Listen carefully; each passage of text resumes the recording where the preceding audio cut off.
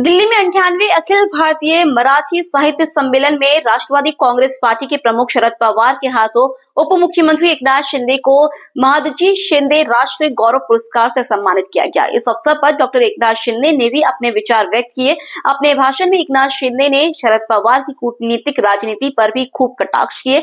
एकनाथ शिंदे ने कहा, कई लोग शरद पवार की राजनीतिक गुगली को नहीं समझ पाते। कभी कभी तो किनारे बैठे लोग या सीटों पर बैठे लोग भी उनकी गुगली को नहीं समझ पाते हैं। नई दिल्ली में शरद पवार और केंद्रीय मंत्री ज्योतिरादित्य सिंधिया ने एकनाथ शिंदे को महादजी शिंदे राष्ट्रीय गौरव पुरस्कार से सम्मानित किया। एकनाथ शिंदे ने कहा कि शरद पवार गुगली गेंदे भी फेंकते हैं जिन्हें समझना मुश्किल होता है। उनके साथ मेरे अच्छे संबंध है, लेकिन उन्होंने मुझे कभी गुगली नहीं फेंकी। मुझे भरोसा है कि वे भविष्य में भी मुझ पर गुगली नहीं फेंकेंगे। महाराष्ट्र के डिप्टी सीएम एकनाथ शिंदे ने मंगलवार को एनसीपी शरद पवार के प्रमुख शरद पवार की तारीफ की। उन्होंने कहा कि उनसे सीखा जा सकता है कि राजनीतिक दायरे से अलग अच्छे रिश्ते कैसे कायम रखें। नई दिल्ली में शरद पवार और केंद्रीय मंत्री ज्योतिरादित्य सिंधिया ने एकनाथ शिंदे को महादजी शिंदे राष्ट्रीय गौरव पुरस्कार से सम्मानित किया। इस मौके पर शिंदे ने कहा कि मुझे याद है कि पवार सदाशिव शिंदे के दामाद थे। वे एक स्पिन गेंदबाज थे और अपनी गुगली के लिए जाने जाते थे। उन्होंने कहा कि पवार गुगली गेंदें भी फेंकते हैं जिन्हें समझना मुश्किल होता है। उनके साथ मेरे अच्छे संबंध हैं। शिंदे ने कहा कि मैंने शिवसेना के संस्थापक बाला साहेब ठाकरे और उनके मार्गदर्शन आनंद दिघे से काफी कुछ सीखा। पीएम नरेंद्र मोदी और केंद्रीय गृह मंत्री अमित शाह महाराष्ट्र के साथ चट्टान की तरह खड़े हैं। इसके साथ राज्य में 2.5 साल में तमाम विकास कार्य हुए। पवार भी इन विकास कार्यों के साक्षी है। उन्होंने कहा कि शरद पवार अक्सर मुझे फोन करते हैं। राजनीतिक सीमाओं से परे जाकर संबंध कैसे बनाए जा सकते हैं, यह पवार से सीखना चाहिए। आणि हे देखील मी माझं मोठं भाग्य समजतो। पुरस्कार ज्यांच्या नावे आहे त्यांचं ते आहेत महापराक्रमी महादजी शिंदे। तुम्ही मला पुरस्कार दिलात तो मी आहे एक कार्यकर्ता एकनाथ शिंदे। आणि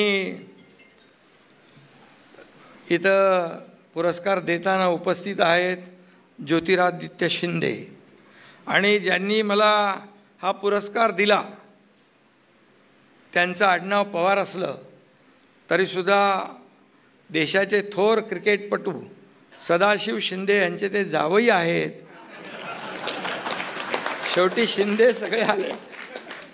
सदू शिंदे भारताचे प्रसिद्ध स्पिन बॉलर होते। त्यांची गुगली भल्या भल्यांना कळत आणि कधी क्लीन बोल्ड होत असे कळायचं नाही। पवार साहेबांची देखील राजकारणातली गुगली सुद्धा अनेकांना कळत नाही। कधी कधी बाजूला बसलेल्या लोकांची किंवा बसवलेल्या लोकांची गुगली